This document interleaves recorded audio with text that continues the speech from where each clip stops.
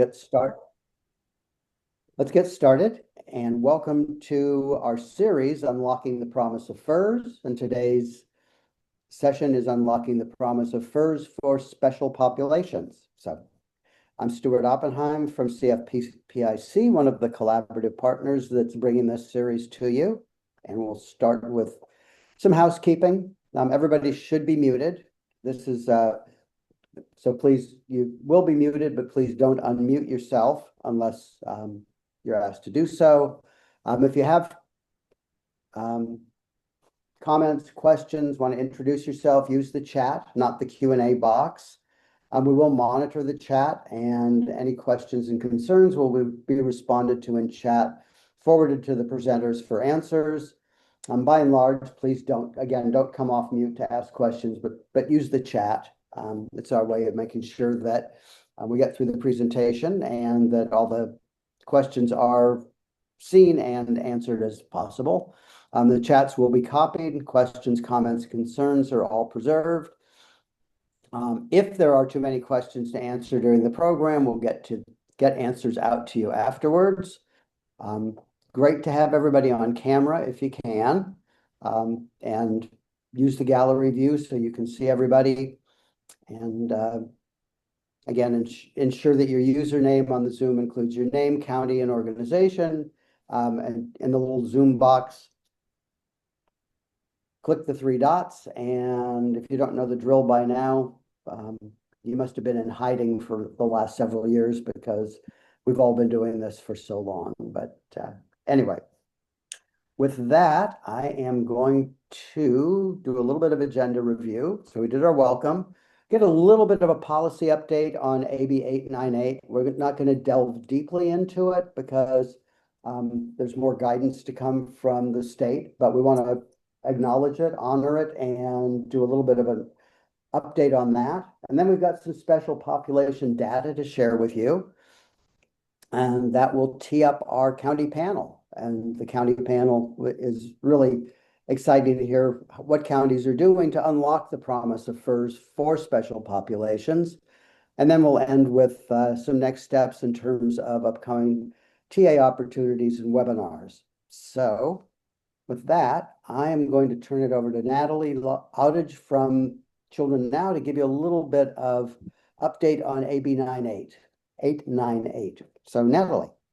Thank you so much, Stuart. Yes, I'm Natalie Adij with Children Now, and I really want to thank you for being here and for your commitment to helping make FURS a success in your county. I'm excited to be able to take this opportunity to tell you a little bit more about AB 898, which is in effect as of January 1st.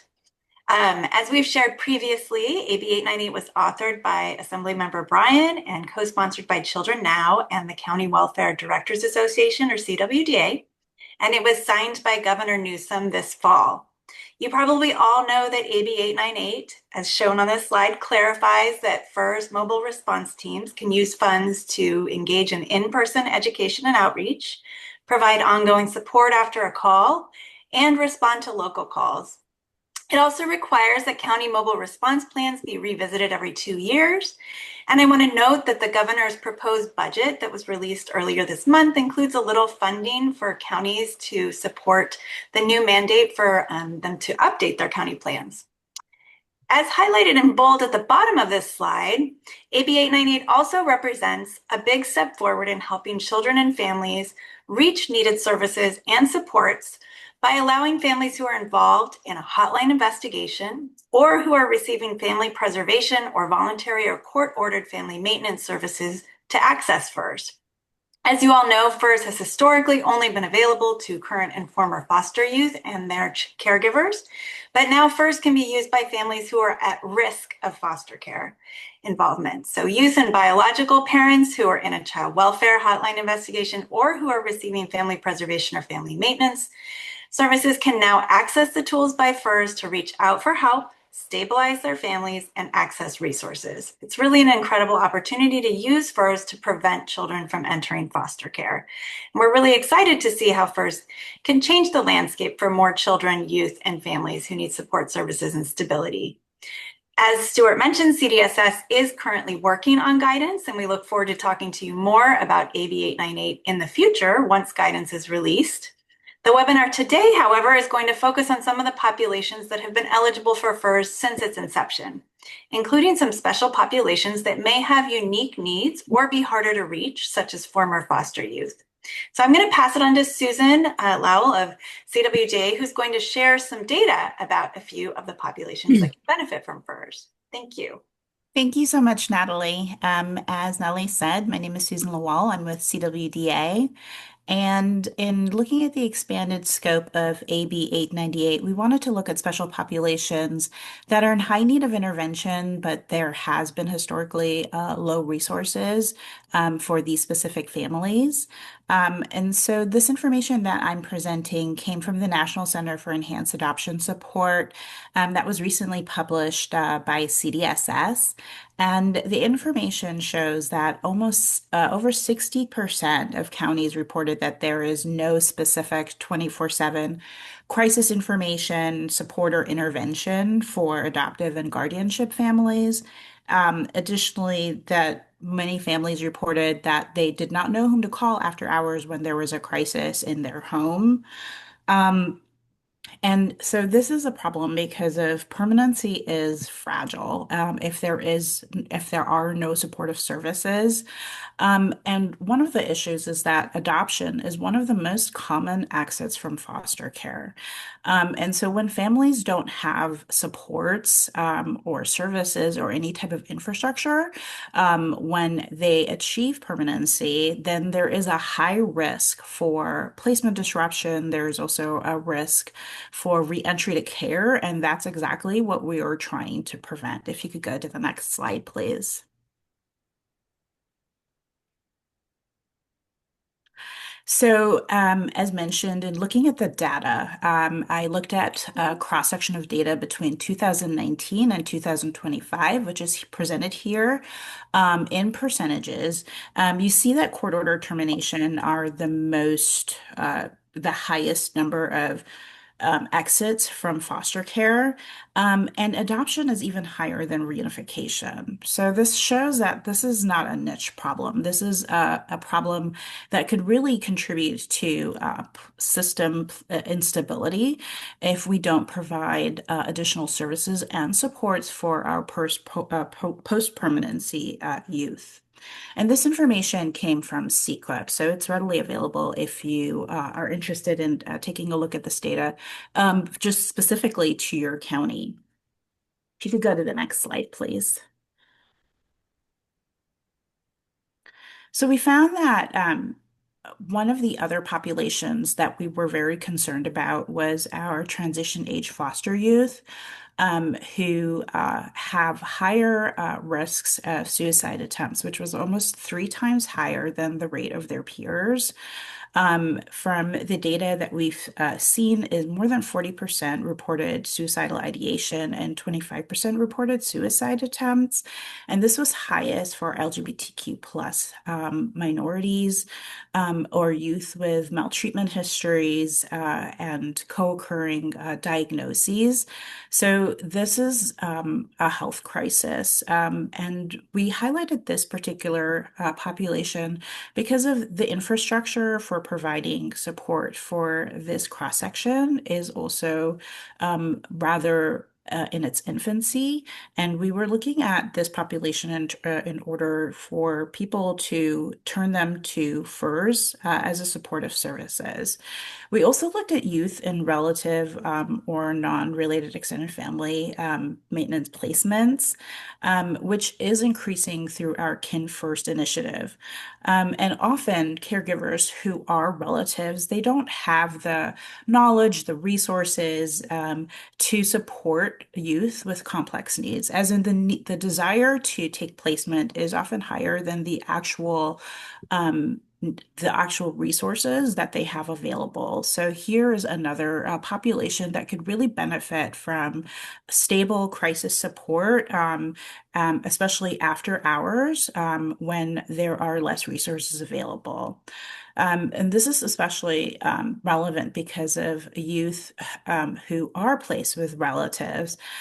They have experienced quite a bit of trauma, and as the history shows, they have maybe had several placements, several placement changes, several placement disruptions, and by the time that they arrive with relatives, so there's an increased risk for stress and crisis with this particular population. So as we can see, our special populations are in quite a bit of need for intervention and for support that can be built in through the expanded scope of AB 898.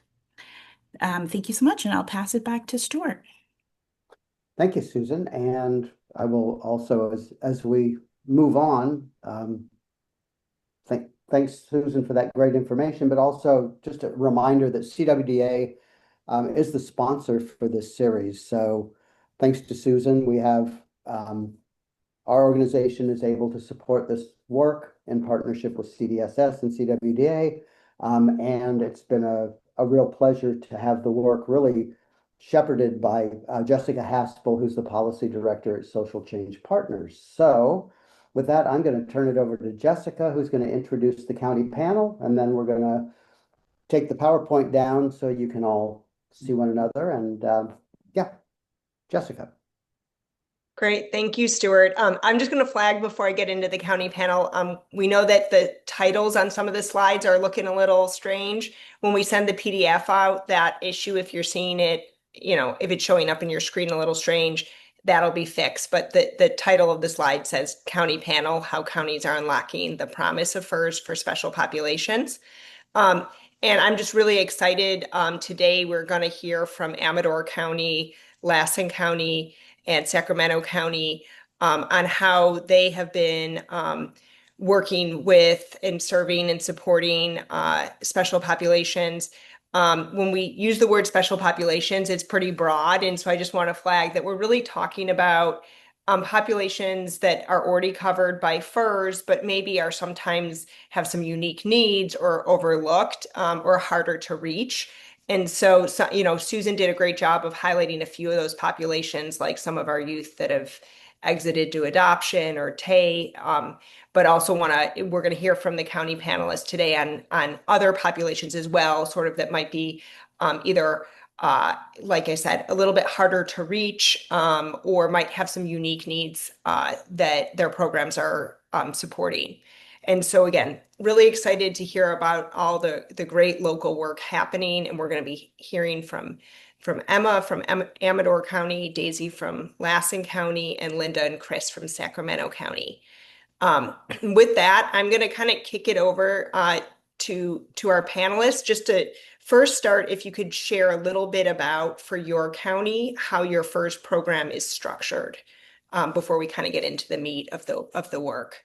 And I'll just take, for this particular question, I'll kick it off, and then we'll kind of have you guys go in whatever order is comfortable for you for the later questions. But if we could have maybe, I see Emma up on my screen, so I'm going to have Amador kick it off for us. So in Amador County, we wrote for our grant with the idea that we would do a lot of preventative work with our families. There is some, and a lot of follow-up. So more resource and referral and connection and advocacy is the focus. And then the 24-hour hotline is available. In that way, we have actually been able to meet with a lot of our families before we were called out, which gave us an advantage when we were called out to the homes by having a relationship with the families. So, and we have parent partners who will do like day-to-day calls and check-ins with the families. We have youth advocates who will go to the school or do after-school groups with the kids. There are a lot of different activities that include the families along the way in order to develop some strengths before there is a crisis. And Emma, you in Amador Corner, it's a contracted model. Is that correct? You guys are the community-based provider that is contracted to provide FURS? Okay, great. Just wanted to make sure that everyone. Sorry. No, great. I mean, I think they probably guessed that, but I just want to make sure that's clear too. Um, Linda, you want to go ahead? Sure, because I know ours is a little differently situated here. Okay, so hello everybody, Linda Abdelbaki. I am here representing the department for Sacramento County. And then my colleague, Chris McCarty, is here, who is our provider for FURS. And so I am going to explain like how we got here, and then Chris is going to do a wonderful job of explaining what we do here and what they do. Actually, that's been very supportive to our county. So we were uniquely positioned in that Chris and his agency, Sacramento Children's Home, were already doing a program that really mimicked FURS, because at our county, they had seen FURS coming. And so really worked with Chris and his agency to develop what we call the source. And the source very much, it was mental health contract driven, but did a lot of the same work that FURS does. So FURS was additional funding, which was great, and helped target an additional population, which was foster youth, former and current foster youth. So what we did do at Sacramento County is we did absorb initially FURS into that source contract, and it was run as they ran both programs essentially. And they did a wonderful job of being able to distinguish between both calls and everything. And we're very uniquely, fortunately, situated in that the Sacramento Children's Home also holds the state contract for FURS. So we are on multiple layers able to work out how our programming works. So through that and knowing how that works, we developed absorbing into that contract, but then also we still have a unique partnership in that they go out and they manage the hotline. They then take the direct call for our mobile response part and work through that. And if they need to actually do or respond mobilely, then they do so. Once that's all said and done, as you guys all know, they have to do a discharge report or a summary report that we then send off to our social workers. That's where I come back in. So they circle back to me. When they do have, every time they have to do a mobile response, they fill out the paperwork. They then email me and ask me to confirm if that youth is actually within our county. Sometimes some of the youth that they encounter here are with other counties. So then I let them know, actually, this is this county, and then they send that report off to that county. Or if it's ours, then I let them know, the social worker, supervisor, all that information in email, so that they can then send the first summary report, not only to myself as the point of contact at the county of the person who is overseeing this contract, but also directly to the social worker and to the supervisor, so that if there's any follow-ups or anything that needs to happen as a result of that mobile response, then that can be done. Uniquely, also, Chris and them will follow, if necessary, for 30 days, that case while all that's happening. So there's a lot of things that we were able to build into this. We are moving in a different direction this upcoming fiscal year, because as you guys know, with all the changes on the behavioral health side in terms of funding, unfortunately, that source contract had to be cut. So we are now shifting direction to where we are going to be purely focusing on the foster youth, former and foster youth, and current foster youth. We will still be providing support for source, but through the 988 number, and we're working all of that situation out. So we've had an evolution of sorts, I guess, Jessica, in the last literal 6 months, because this was not the plan 6 months, but what we've done so far has worked really well. It's been a great partnership to be able to work with Sacramento Children's Home and behavioral health, because for a while they were actually helping manage this contract with us, and we were teaming together with probation in order to be able to utilize the service. I will say in our county, we do find that child welfare uses the service a lot more than probation. And I think that's just within the fact that a lot of probation youth do not necessarily stay in county. They usually go out of county. So if there's that resource that's being used, it's probably being used in another county and then coming back to them. I think that's it. Chris, do you think, is there anything I missed that you can think of from a county? I don't think so. No, you did a great job kind of discussing the structure and some of the changes that have taken place. Yeah, that's great. Great, thank you both. Before I kick it to Daisy, I just want to say, I think, Linda, your point about sort of some of the changes is really important one. It kind of highlights the importance of FURS, because then when other programs, when there's budget constraints that impact other populations, having that dedicated FURS program does ensure that you're not losing the support for the population that FURS is intended for, in that context.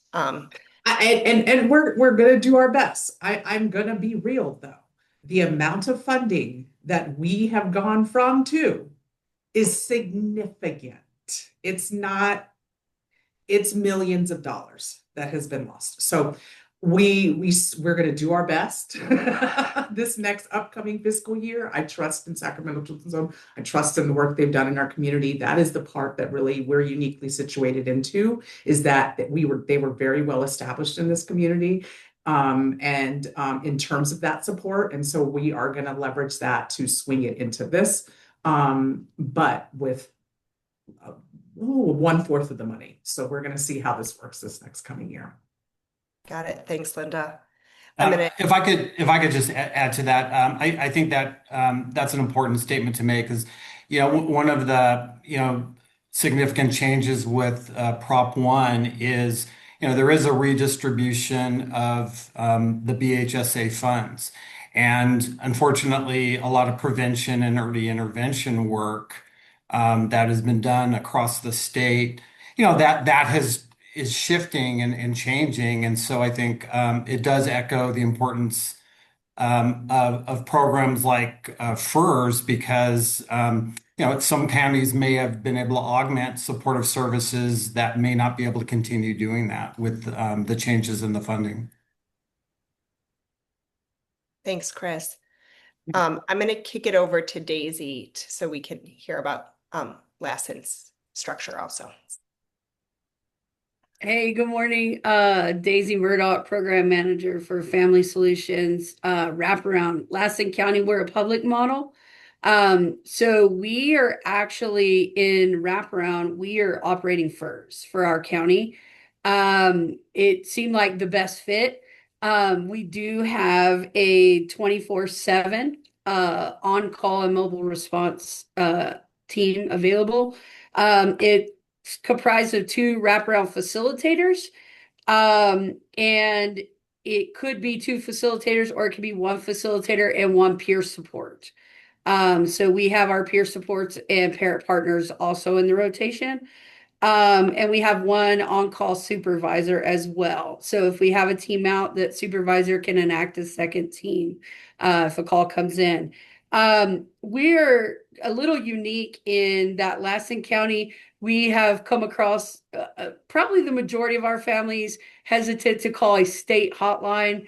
Up here, I don't know if you know where Lassen is. I'm not from California, but I've been here long enough now, a decade. But we are 80 miles north of Reno, so we're up here. The folks up here aren't too keen about calling the state in crisis and those kind of things, so they've kind of relied on the local number, which we work with that. That's fine.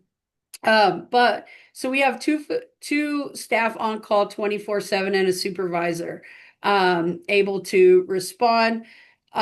We coordinate with our local child welfare department, probation, the tribe, our local ICWA committee here in town.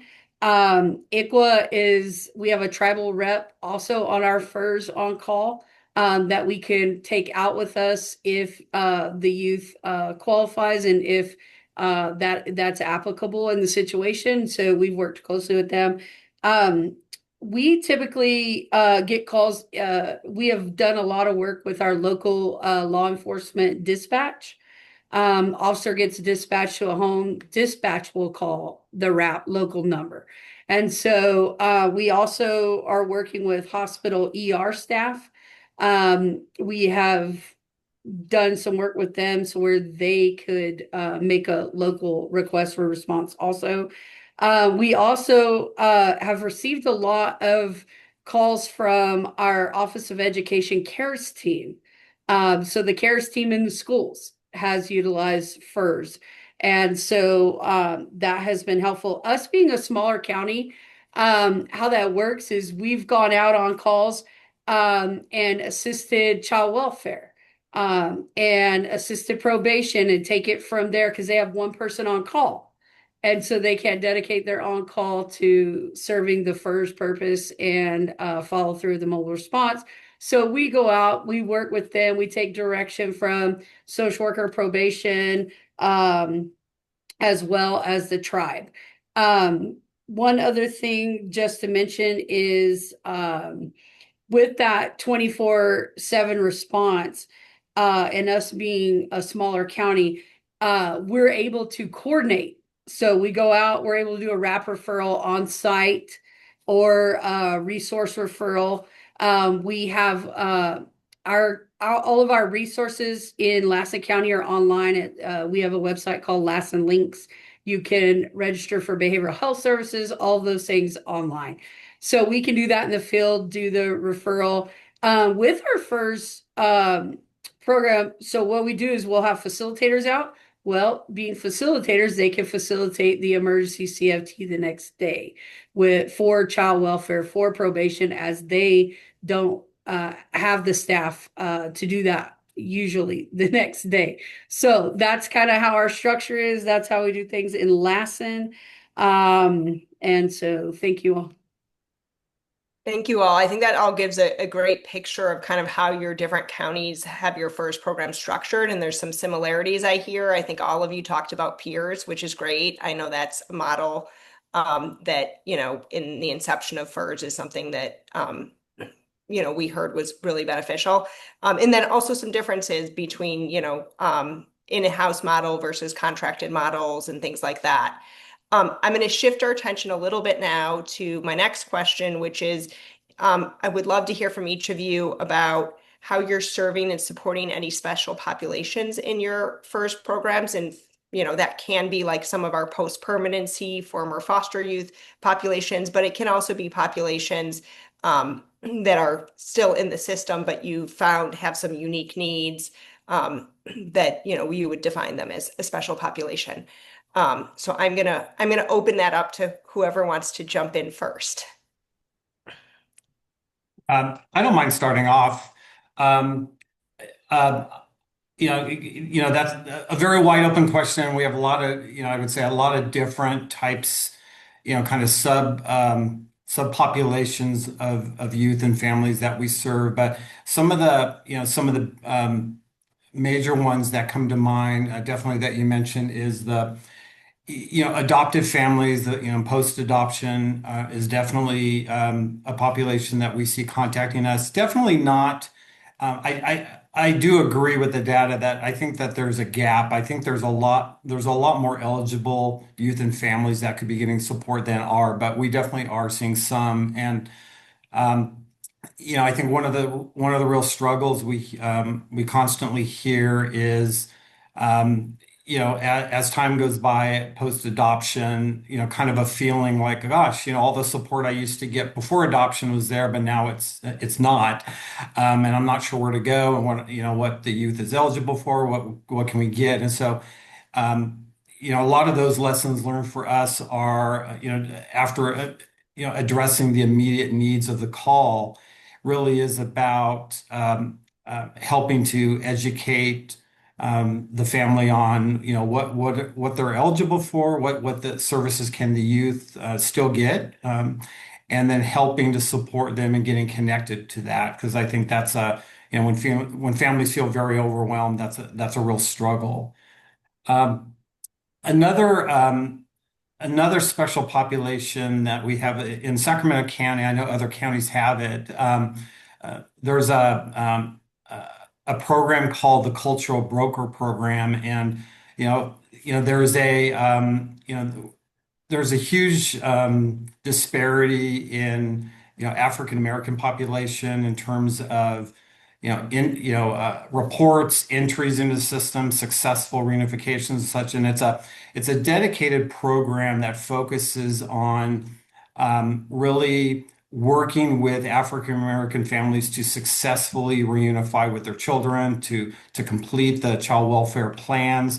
And so we happen to operate one in another part of our agency. And so we do a lot of focused work on helping those families to see FURS as a resource, that it's really about helping them be successful. I mean, there's a natural distrust of services and fear about getting services because I think we probably all know where those fears come from. But so we do a lot of focused work on trying to bridge those fears because we really want those families to be successful. So those are a couple of great ones. I think bringing up the Tay population is definitely we we know that the need for Tay, and specifically in Sacramento County, is pretty high in terms of suicidality. And that's a population that we serve, but we know that we could be serving more. And it's kind of bridging that. Developmentally, it's natural and expected that teenagers are more independent in making decisions, and sometimes being willing to get help and to reach out is not on their agenda. And so I think that's an area where we try to do a lot of bridging work to do that. So I'll kind of be quiet for now. I don't want to monopolize, but those are just a couple of brief examples.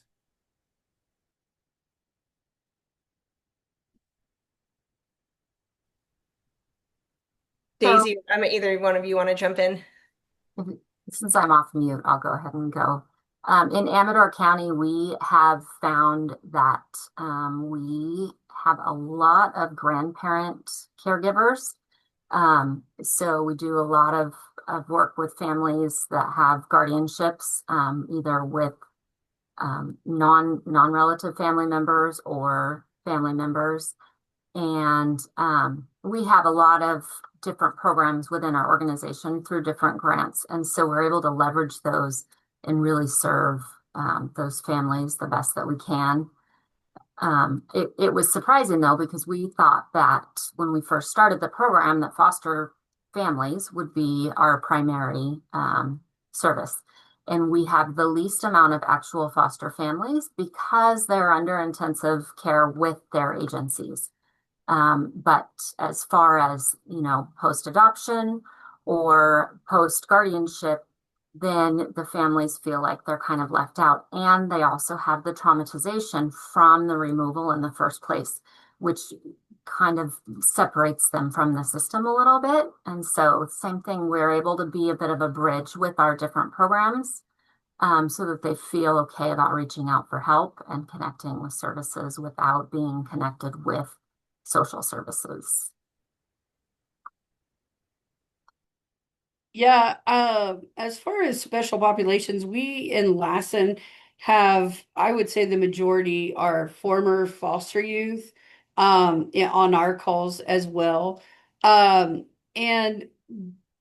pretty much, everybody's struggling with housing everywhere, but I would say our FURS responses and our calls to FURS are overlapping with our Family First Prevention Services calls, our FFPSA. Kind of evaluated out at child welfare, they will give us a heads up. Hey, here's a family. They're kind of camping out. It's winter time. I don't know if you guys are tracking with them, but they could use some help. We go out there and it really is an emergent situation. And so we and we would get to talking with the family, find out they are former foster youth, and we get to talking to them about ways we could support them. And simply some of the needs are housing. Once the youth were returned home, there wasn't maybe a sustainable transition plan. after reunification. And so then we're able to jump back in, use the FURS as an outlet to get them maybe housed temporarily until we do a wrap referral, get them into a housing program, and use FURS initially to meet their basic needs, groceries, hotel room, those kind of things, transportation, until we get them going into a program that is sustainable. The other thing is mentioning post adoptions. So we have had youth that went through the adoption process when they were younger, and as they became teenagers, there's things that are happening, and we have had adoption youth that have left home from adopted homes, and they're in that TAY population, they're unhoused. And so, of course, trying to figure out where to go. And so, one example in particular is we had one of our youth that we had in when they were in their child welfare case. We had them in wraparound. We had them in wraparound during their adoption because we worked with them. They went home, they got adopted, their new family, and then stuff started blowing up. So then we had them post adoption. Well, now we close them out. Then the youth later ended up leaving the home. And so they came to us, walked through our door.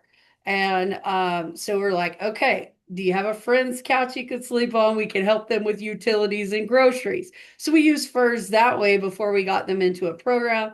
The youth wanted to go to college, so we got them set up. There's very great foster youth college programs, so that was helpful. But we are seeing a lot of youth, like you mentioned, grandparents as parents. So we are having, we've had several youth recently that had their adoptive parents or the parents they were in a guardianship with are older.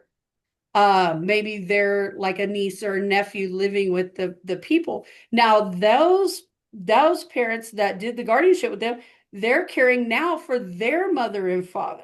And so now they're caregivers, but then they have this youth they adopted, and the youth is having significant behaviors or significant struggles, adjustment to trauma still, and they're wanting to dissolve guardianship.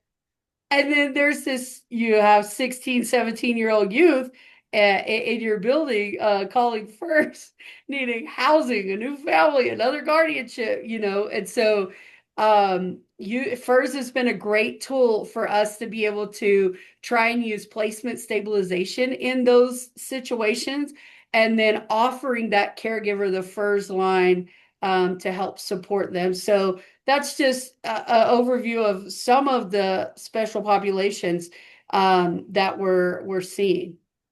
And I'll leave it at that.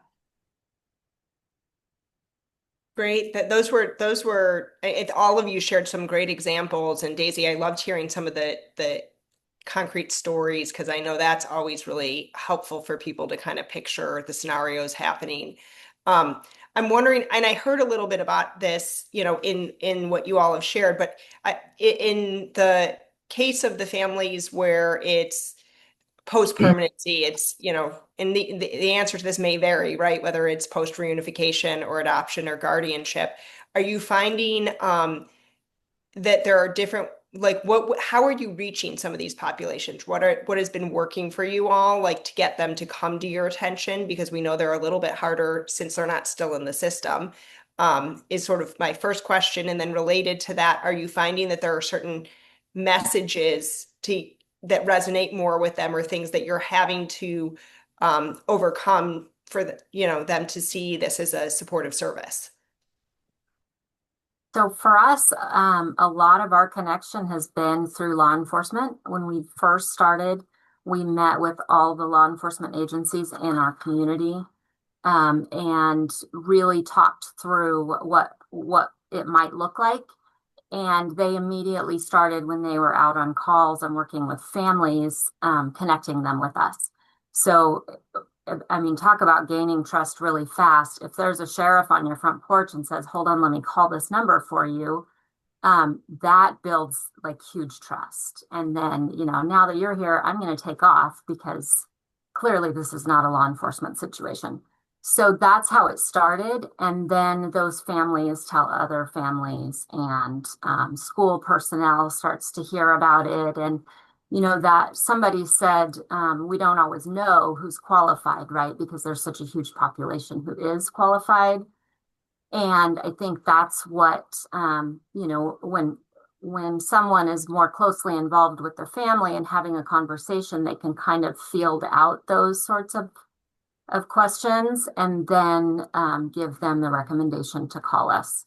So I would say with the direct families, we have not had a lot of trouble building that trust because it's just been so kind of ingrained into the community that it's an answer rather than rather than just calling the police or going to the emergency room. Yeah, Yeah. we've had, oh, go ahead. Oh, sorry. I was just going to add that, yeah, I think we have a pretty good system in Sacramento County about, that there's several touch points where, um, families that, guardianship, adoption, where they get the information about it. I think one of the struggles is sometimes it can be overwhelming because there's so much information they receive and it gets forgotten, or they don't quite think that they qualify anymore because of the adoption or something. So I think there can definitely be some more work that occurs at that point. But I think we have a pretty good system in Sacramento County for contact, like, so for example, it's it's a bit labor intensive, but we we periodically, probably twice a year, we'll get the big master list of all of the registered licensed foster resource families, and we'll contact them. It takes a lot of time, and we get to leverage some of our other staff to do it, so it's a little easier. But we'll cold call them, and talk to them, and I mean it's hundreds of families, and it takes us a couple of months to do it, but just as a hey, here's who we are, and you're eligible for services, and send them material. Or sometimes when we call them, they said, "Oh my gosh, I never heard about you, and actually I need help now," and then it spurs to an actual mobile response. So that's just a little bit of extra. Yeah. And to build on what Chris is saying, I think the piece from a county perspective of like being able to continue to promote this and continue to do what we need to do to ensure that everybody knows this service still exists and what it provides. And because you have new families and you have new people entering like the county to every day, you have people who are new and not been here, don't know what's available. And so we haven't had funding to do that since this started. When we first started this law, we got a little bit of money to do some PR, to get some materials from the state in terms of they gave us magnets, they gave us flag. That hasn't happened in a long time. And I know there's stuff we can access on the website, and that's very helpful. However, from a county perspective, it would be nice if the state would look at like potentially that piece as well in terms of a funding perspective of like giving us some dollars that's not just dedicated towards the service we're supposed to provide, but dedicated dollars towards promoting this. Or if the state can't give us the money, then we need the state to then do that piece more, because that the state is relying on us on county levels to do the promoting and to do everything else, and then wanting us to then tell them what we've done. And that from our perspective on a county level is not as helpful as we would like it to be. So. And here in Lassen, we're smaller, so I do understand where the rest of you are coming from with that frustration. I could drive down the road we bought a FURS truck, actually. We bought a truck with FURS, because we go to remote areas. We actually got one of our cars stuck, and a horse tried to eat it, so it was all bad. So we got a truck with a Starlink and a workstation in it. And so we can respond. Our county's big geographically. And so there's areas where cell service isn't, it's not a thing. And so we have a FURS truck and we have met with the local people. In one of our outlying areas, there's a local deli where everyone in town meets. I mean, everybody in town. A county vehicle pulls up, the whole town comes to the deli and wants to know what you're doing there and share their concerns. And so we have left our phone number there. People will go to the deli in town to ask for help. And so those people have called. And so we throw magnets on the vehicle, drive through town. Everybody knows FURS in Susanville now because it's small here in Lassen. But so that is one way. The other thing is, like I said, the CARES team in all the schools, the mental health providers and the social workers in our schools will send information home with families, talk to families, parent teacher conferences, those kind of things. Law enforcement, especially in those outlying areas, they have an officer dedicated to patrol. Their firehouses, their patrol officers, they know to call FURS. So that has been helpful. The other thing I wanted to mention is our social workers. They get a call on the ER line, on the emergency response line, and they're like, that's a FURS thing.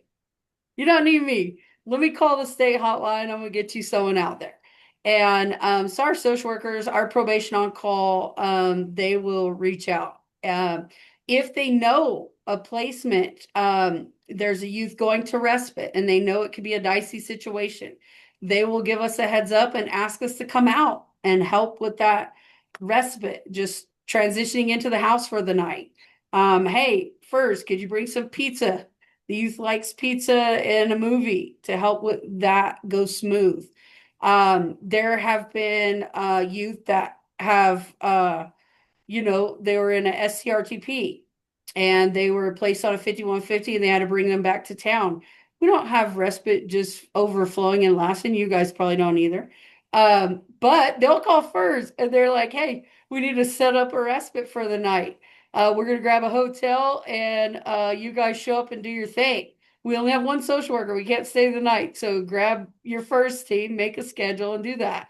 And so FURS has gotten to do that. And so the social workers and the probation officers, law enforcement, the school social workers and CARES team have been awesome at that. But I would agree, if the state could do some dollars for some swag, that would be cool. In Lassen, one thing that we will be implementing this year is we're going to be doing go bags for all resource families and foster families. And even our reunified families as they go home from services. It's just a bag of tabletop debriefs for de-escalation, some of their individual plans that they've created, and the FURS information. And so we're just doing backpacks. It's a little go bag for a family. If they travel, they can throw it in the car, help them on the road or whatever. But yeah, I would agree. If the state could throw down some swag, do some advertising or some dollars, that would be awesome too. Thanks all. I'm going to flag a couple of quick things from the chat. There are not any questions that have come in, but I just want to make sure that I'm highlighting. There were a few comments that came in, I think, when there was some talk around the funding, and a couple of other counties, said they were in similar boats as far as the funding going down for them. And Gabriel Skydancer from LA flagged, I think this is in relation to the deli example, but great awareness of informal community gathering centers as organic outreach. So wanted to flag that. I also just wanted to pipe in, I think this is great discussion and highlighting what you all are sharing as far as a greater need for support on the outreach and education. I do want to flag that, make sure everyone knows that the FURS allocation can be used for that, but recognizing that the amount you're getting may not be enough to support you being able to do that and everything else. So want to acknowledge what I'm hearing, but also do want to make sure folks know that technically the allocation, should you have enough in that, is allowable for those uses. So I just want to flag that. We've heard a lot of great info, and I know we've kind of jumped around a bit. I want to go back a minute. We've heard a couple of examples of situations that you all have gone out on. I'm wondering if you can share, if you all could share a few more examples of like some of the situations that you're seeing like precipitate the request for support from FURS. And I think we've heard a couple of examples, but I just want to open it up for if there are any others that you all want to share, because I know that always makes it really concrete and helpful to folks. Like what are kind of some of the underlying needs that are prompting the call or request for support? I'm not trying to talk a lot, but I am talking a lot. But I have another example is at the ER. I don't know how you guys are, but we contract, our local behavioral health contracts with residential youth residential treatment facilities for mental health concerns. And a lot of times what that looks like in Lassen is there's not enough beds available. And so our youth will spend the weekend in the ER or a couple days in the ER, and the parents have to stay with them. And a lot of times our parents don't have capacity. They don't have money to provide food for themselves while they're staying in the hospital for the weekend or respite for their other kids at home. And so they have reached out to FURS to even help with the process. And I thought of one example in particular is we had a male to female trans youth that was placed on a 5150. The youth was not sure what a 5150 hold entailed. And when they were at the hospital waiting room, they were really struggling to understand the process. They called their social worker. Social worker had reminded them of FURS. This was a former foster youth who was on a trial home visit in the reunification process. And so we met with mom and the youth and got the youth situated. We were able to help the hospital because the hospital didn't understand the youth's needs around their identification. And so two male nurses came in, told the youth to take their clothes off. And so luckily FURS was on site. We were able to help navigate that process, help them get the right people in the room to help that youth through. But the other part of it is local behavioral health came and they're like, hey, we're just pushing you on a hold. We don't have a bed available. And so we helped provide a place for mom to go get a meal. We stayed with the youth, meeting the hospital standards. The behavioral health person was able to come in. We were able to be a safe person there, help them navigate explaining the 5150 process.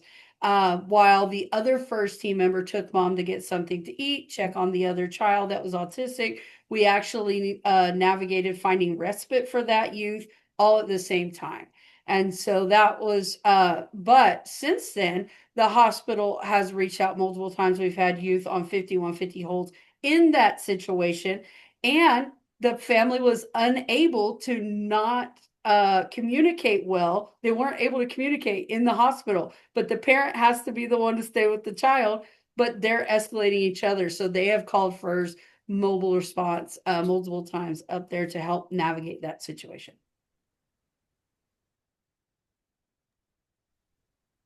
Yeah, we have actually accompanied a youth to the emergency room for that same reason. The parent was just done with the whole situation and did not have the capacity for it. And so the youth clearly needed that adult support, and so we were able to be that instead. Because it just was not, it would not have been good for the parent to accompany them.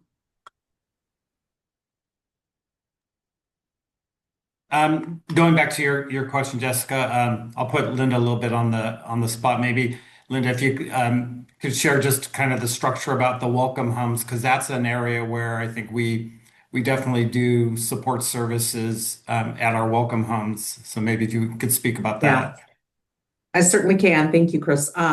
So we do here in Sacramento County have another uniquely situated circumstance where we have two licensed welcome homes, which are temporary shelter care, as well as we have temporary shelter care contracted through some FFAs that are supporting us through that as well.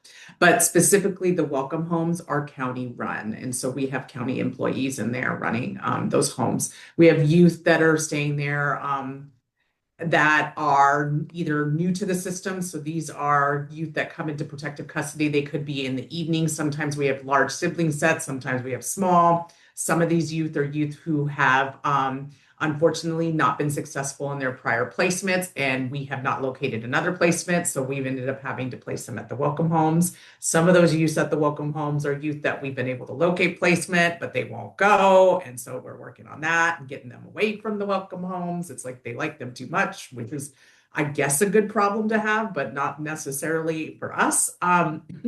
So we have very much, as a county, utilized all the benefits that we can offer within this county, including FURS, and we have pulled on those resources, whether it's FURS, whether it's our RAP contracted providers, whether it's FIT, whoever it is, we are doing in order to make these the shelter care homes safe and for our youth to be able to then transition to where they need to transition to. FURS has been a vital part of that because we have a lot of youth who, unfortunately, coming to those homes are still very unstable, still got a lot of either substance abuse issues, a lot of AWOLing. We have a lot of CSEC type issues as well that's ongoing. And so we will call upon them if we cannot ourselves with our staff and our training. And our staff are trained with TCI training. So it's not just that there are social workers that came to, we actually train them to run this as therapeutic as possible. But as you know, that's not always an intervention that works in the moment when we have a youth in crisis. And so we will then either grab the phone and put FURS on that phone for them, or we will encourage them to call FURS and give them the space to deal with what they want to deal with. And FURS will come out if necessary to do that. We also, for a time period when we didn't have the welcome homes and we had other circumstances situated, had a person from FURS that was on site at our child welfare offices in order to provide that support if necessary on site while our youth came to offices and transitioned into where they were going. So we've tried to leverage as much of that support as we could within the capacity that it's allowed. And just to add that definitely, the teams at the welcome homes are fully trained, but sometimes, as we all know, a staff goes into crisis or they're having a conflict with a staff person or a coworker. Like the last thing they want to do is listen to the staff that are there. And so actually kind of having that person from the outside, either on the phone or coming out to engage with them, can be beneficial. Sometimes we're not always successful, but kind of being that third party coming out and providing support can be extra beneficial for them. And it's been a good partnership.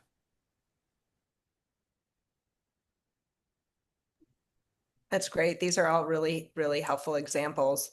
I'm going to take us back again earlier, as we're talking about how, if there's any differences in sort of how you serve certain populations or how you communicate with them. I know some of the things that got mentioned was, I believe Sacramento, you mentioned your cultural broker program.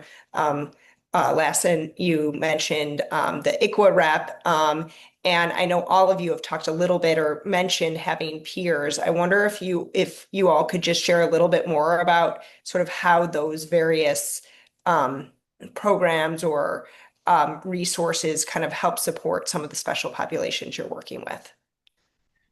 Yeah, sure. I'd be happy to. So we employ both parent family peers as well as youth peers in our program, and we really see them as a vital part of doing the services either on the phone or in person, because it's really just extremely beneficial that when you have an overwhelmed caregiver, that you can have another person that can really speak from that lived experience about what it's like to help support them. And then the same for the youth. So, oftentimes, especially I find that's really useful, or for the Tay youth is they don't want to hear it from an old person. They're much more open to individuals that are their same age or close in age. And so we have our advocacy staff going out on all of the mobile response services that we possibly can have them, just because they're such beneficial. And then we actually are really blessed to have an extremely culturally and linguistically diverse staff, and so we also very much try and match staff to what the needs and requests of the families are, as much as we can. Yeah, we also have that system in within our youth department, we have youth advocates of different ages and life stages, and the same in our parenting education and our therapy department. And sometimes, you'll work with, like, for example, we have a FURS youth who is also a parent. And so she's very, very young, but she needs a parent partner. So we pick the parent partner who is at a stage in her life that is more, can connect more with the youth. So it's almost more like a youth advocate. And likewise, if there's someone who is really in need of more of a parenting figure, then we try and match them with an advocate who is older and a little bit more maternal. Um, it really helps to have a variety of team members. And because we pull from different programs, we can kind of mix and match and do that. On a call, you get what you get, right? But even on a call, for instance, I was with a youth advocate going on a call to a household where we were there for about 5 minutes listening to the family talk. And we made eye contact and we switched places. He said, "Why don't you go for a walk with her and I'll talk with mom?"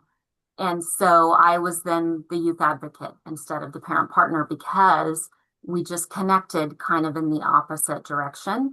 And that was just the right thing to do. And we had a really successful outcome on that call. Whereas I don't believe we would have had we kind of stayed in those roles rigidly that we arrived at.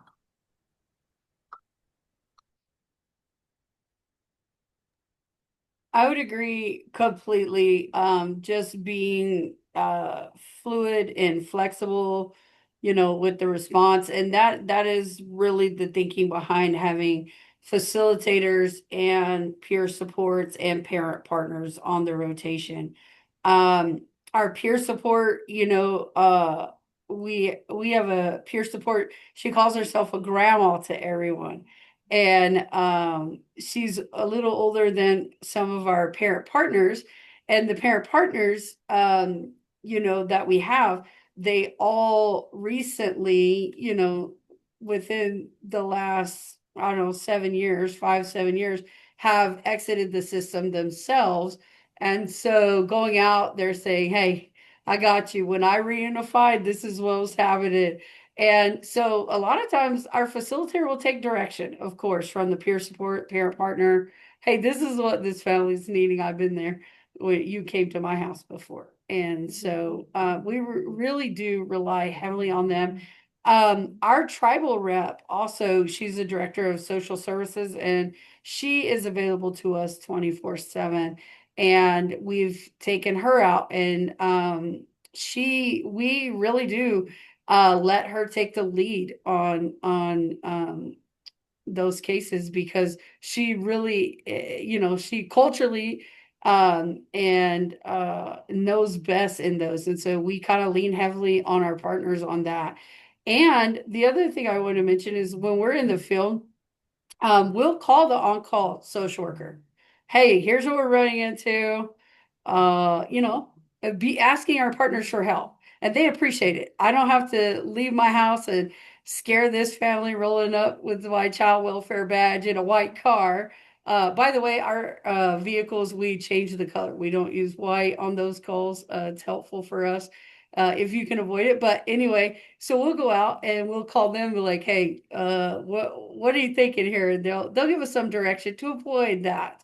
The same thing, I thought of a example. We went out, a youth had absconded, ran away, he's hiding in a field near the house. We get there, law enforcement's there, the youth is scared, he's not coming out because law enforcement's there. We were able to take over, talk to the youth, and then it escalated. The youth had disclosed some possible abuse, physical abuse. The mom disclosed some domestic violence. So then we're navigating child welfare and domestic violence, all at the scene. And we were able to navigate and say, hey, we know a close family friend that this family has used for respite. Do you mind? And we call child welfare. You mind if we take this youth over there, let him just go play basketball with his friend, play some video games tonight? And so first, we stocked their fridge with groceries. We got them situated for the weekend. The youth could stay there. We got mom into a hotel, got her some domestic violence counseling and some services. And we were even, best case scenario, even able to re-engage with dad. They were a former foster youth and former RAP family. So we were able to navigate that. But all of that happened without law enforcement's involvement. They were able to pass it off. FURS were able to handle it. And we didn't have child welfare. We didn't have the domestic violence response team. I mean, we just were able to navigate it. And so we lean heavily on our partners for advice, even on those calls and in those situations. And we had a peer support with us. So that was helpful for the youth, for sure.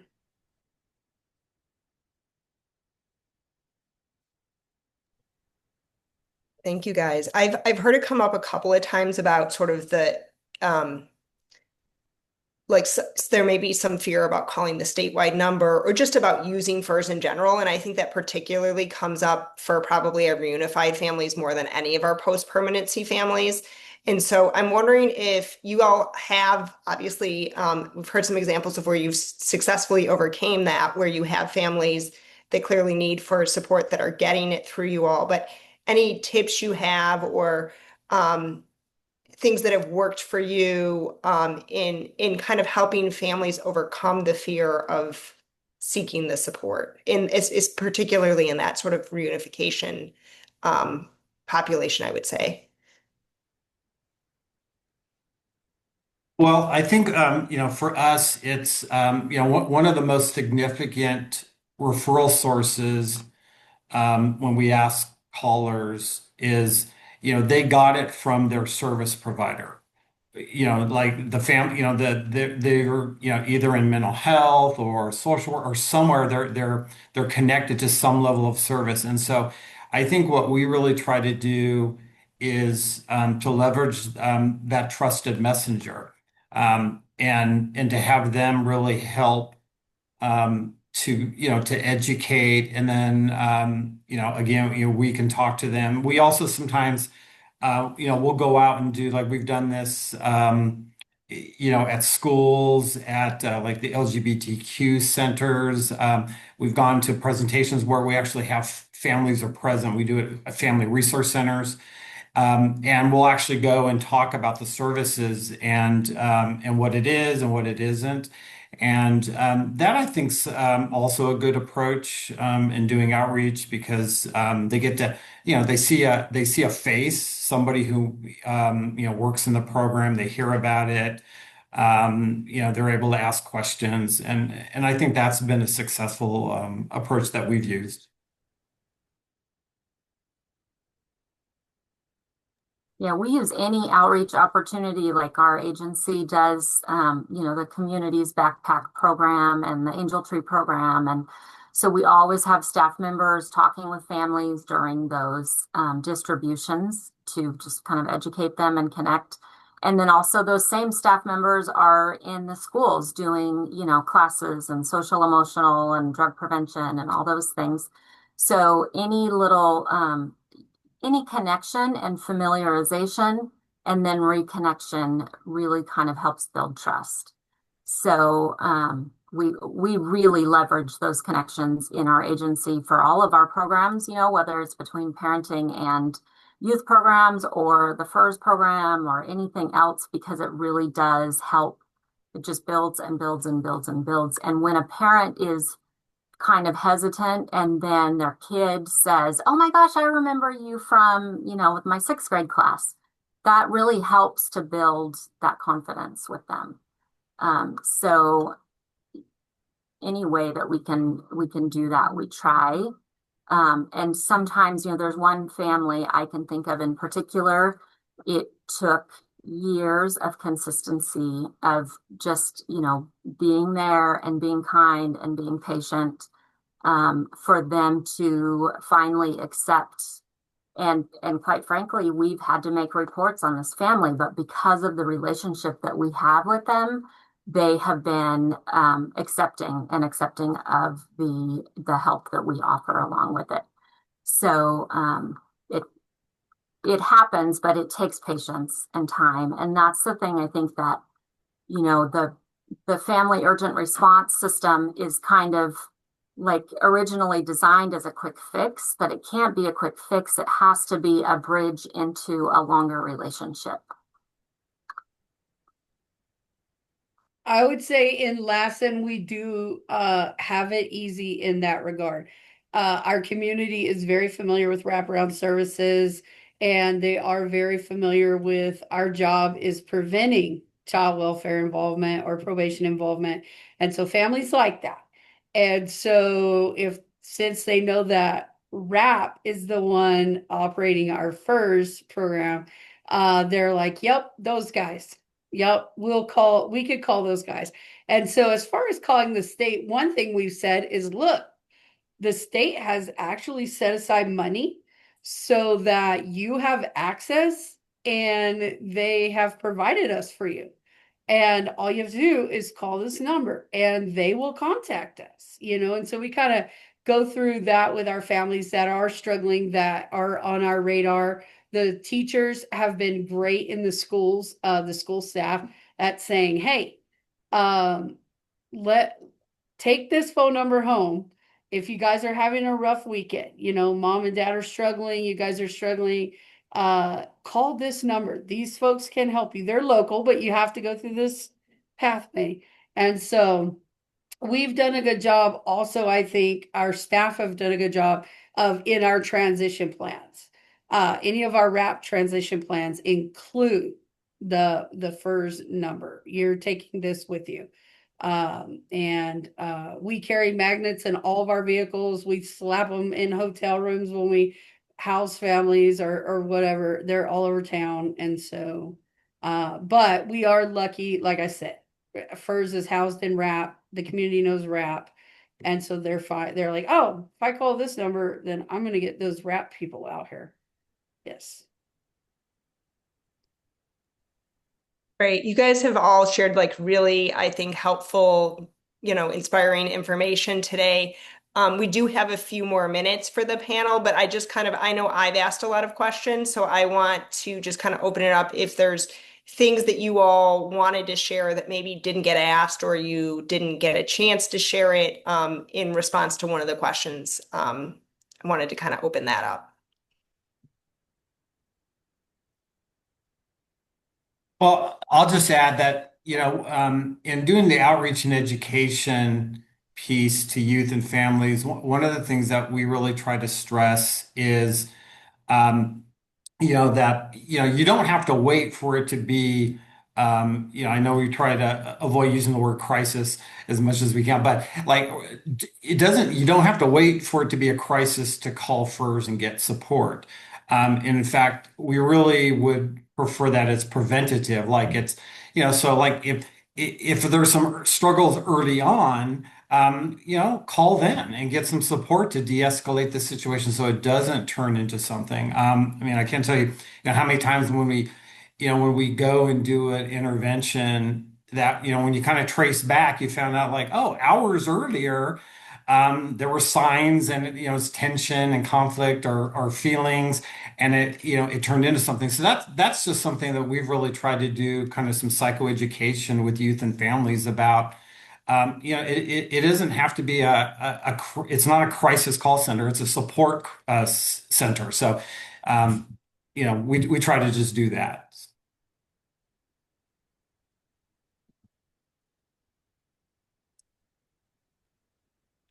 Thanks, Chris.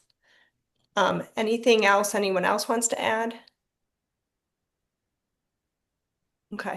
I just want to thank you guys so much for all of the information you shared. Like I said, I think it is just really helpful. It really conveys what we're trying to achieve with FURS, in its existing form. And as Natalie alluded to earlier, there's more coming in terms of the ability to use FURS in other ways also that I think all of the panelists we had today you guys are all like well positioned to be able to do some of that more preventative work because you already have some of those connections and are doing that work for example, former foster youth that are coming to the attention of CPS and things like that. So I think as we start to look ahead to that next phase too, I think it has a lot of important lessons learned and best practices for folks. I imagine you may get some folks that reach out to each of you asking for more information too. So I just want to, again, thank you all for being part of the panel and for all of the great work you guys are doing locally. I haven't seen any questions in the chat. I've been monitoring, so I would otherwise throw that to you. But I think we have just 2 short slides about what's coming next. I think we lost the slides. Okay, yeah. And so just want to jump in with that. As I think Stuart said earlier, the webinars are part of a series of technical assistance that we've been providing. That's a part of a collaborative effort with CDSS, CWDA, CFPIC, Social Change Partners, and Children Now.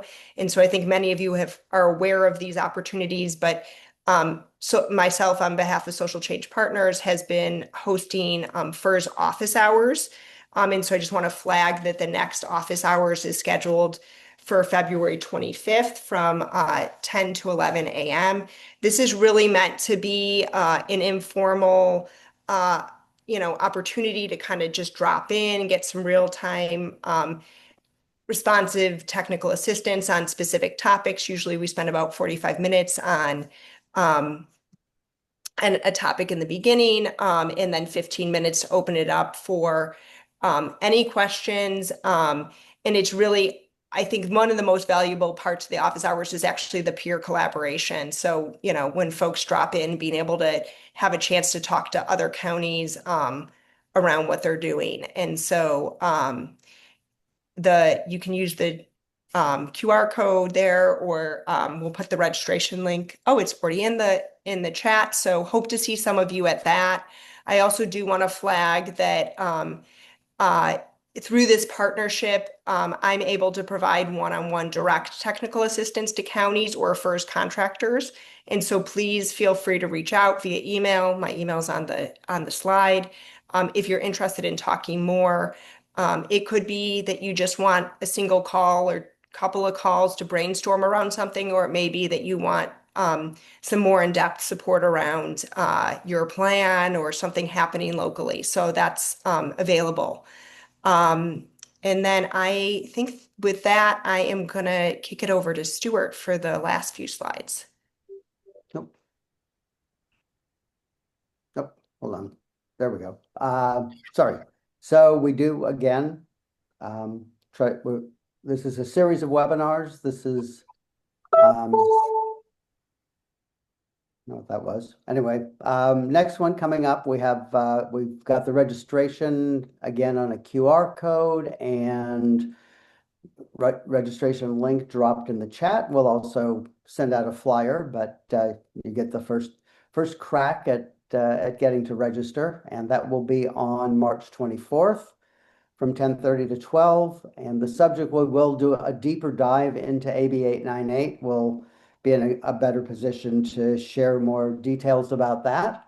And then in addition to that, ways that you can communicate better about FERS to get more participation, more engagement with your communities. So again, that one's all set up, and we have another date set for June 4th. We don't have the topic exactly decided yet, so I didn't want to put that here, but so we don't have the registration and topic yet, but we'll get you that information in plenty of time. So the series continues, and thanks to Jessica and Susan and Natalie and our partners at CDSS, we think that we're doing the best that we can to support you.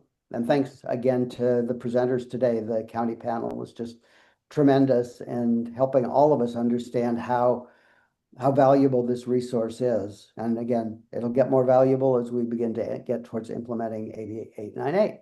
So this is just a reminder of the sort of a commercial announcement of who brings this all to you. Again, funded by CWDA in partnership with CDSS, and then supporting CFPIC, Children Now, and Social Change Partners. So a lot of behind the scenes effort to bring a great amount of information to all of you. So thanks for being with us today. Thanks to the panelists, thanks to the presenters, and we will see you in March.